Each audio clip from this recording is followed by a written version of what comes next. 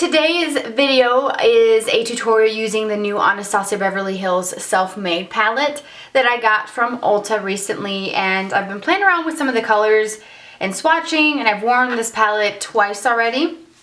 So this is what it looks like if you're not familiar with it. I think it's really pretty. It's full of some everyday colors, and then you have just a few scattered around that are more like pops of color that you can use to give yourself some color on the lower lash line, maybe on the lid, inner corner, you know, whatever you wanted to do with it, you really could. The pigmentation I think is really great on this. I think that for the price, I can't remember how much it is. I will definitely list it down below with a link. I know that you can get this at Sephora as well as Ulta, and they're the same price, you know, regardless of where you get it. And you might even be able to find this on the Anastasia Beverly Hills website, which I will have linked down below for you just in case, and I'll check it out. But this is what it looks like, and we are sort of using these shades right here. And what I like about this palette is just the way everything is laid out. I mean, if you were just to use these four colors here and nothing else, you could get a really nice purpley look. And then you can use these four right here to get a different look, and then these four, and then you have two extras. Because I think, if I'm not mistaken, the previous palettes, they're usually a little smaller, so you get two extra shadows, which are these two on the end.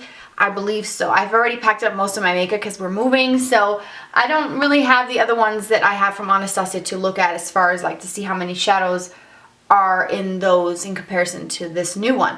But this one is fairly new, so if you wanted to get your hands on it, you still are able to find this. I saw it earlier today at my local Sephora.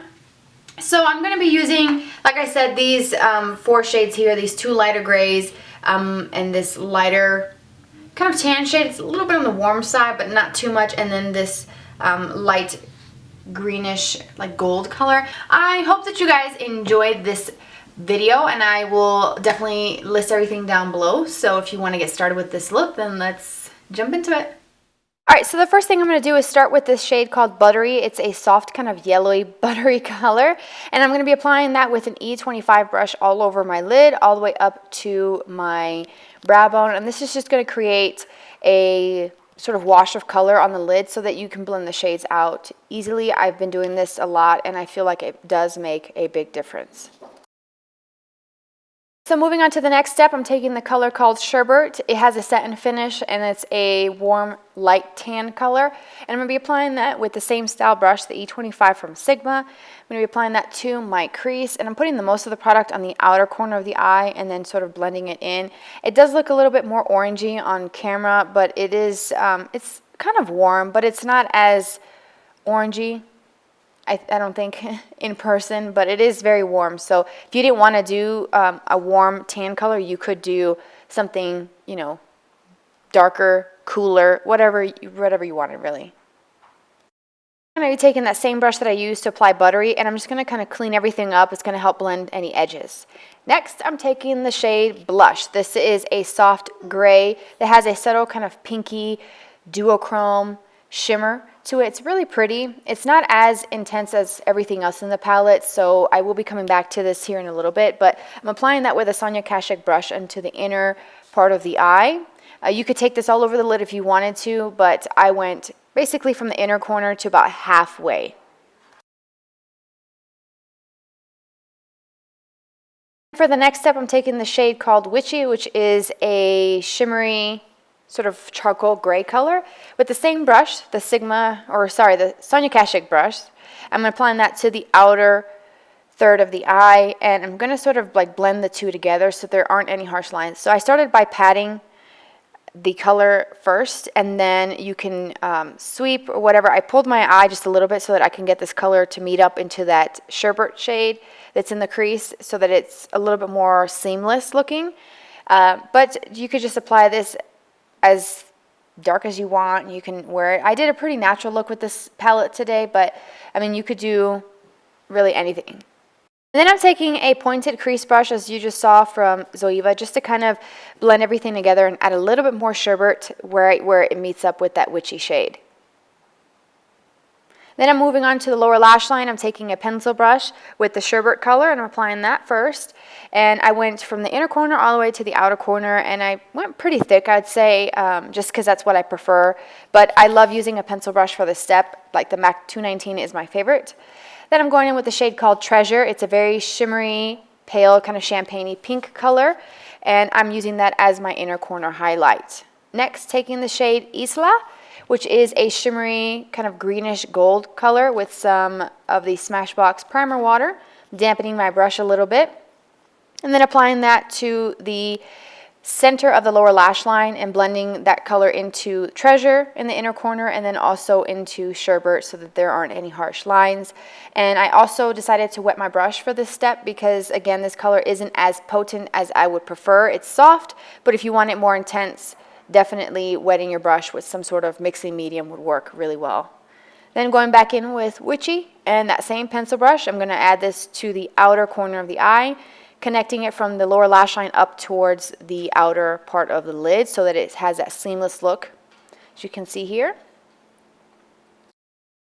Next, I'm going to go back into that light tan shade called Sherbet with the same pencil brush, and I'm going to start smoking the lower lash line and just sort of going underneath all the color with this tan shade. Then I'm going back into the shade Blush. Remember I told you earlier we're coming back to it with the same Sonia Kashuk brush. I just wiped it off really well. Going back in with my Smashbox primer water, and it's going to create that foil technique by dampening your brush. It intensifies the finish and color of the shadow, and I feel like this definitely made it a little bit more shimmery. It made it pop a little bit more in the inner corner, and you could really see in person that sort of soft pinky duochrome that this shadow has.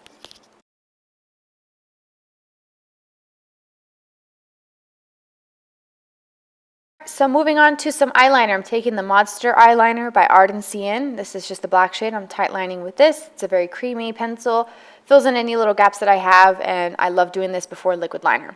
Using my Carbon Black Liner Intense, which is a really good liquid liner from the drugstore, has a really thin felt tip applicator, which makes it super easy to do a very thin line, which is what I did today. As you can see, it goes on very easily.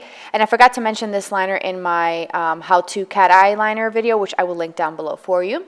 Mascara, the usual CoverGirl, and then the Carbon Black Voluminous by L'Oreal, which is okay. It's not my favorite, but it will do. And then I added some falsies too on the outer corner, and this is the full face. I hope you guys liked it.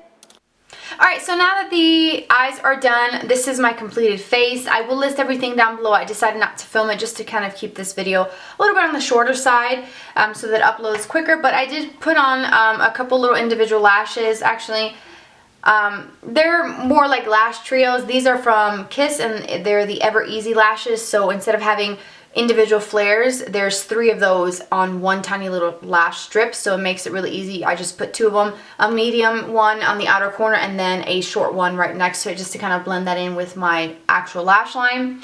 And of course the mascara, whatever, I already showed you guys that, but I didn't show you guys how to apply these because these are literally so incredibly easy. You put the glue on there and literally seconds later the glue's dry, you pop them on. I didn't even go over it with my liquid liner because I didn't feel the need to have to blend in this band. It's such a tiny little piece of band, it's so easy.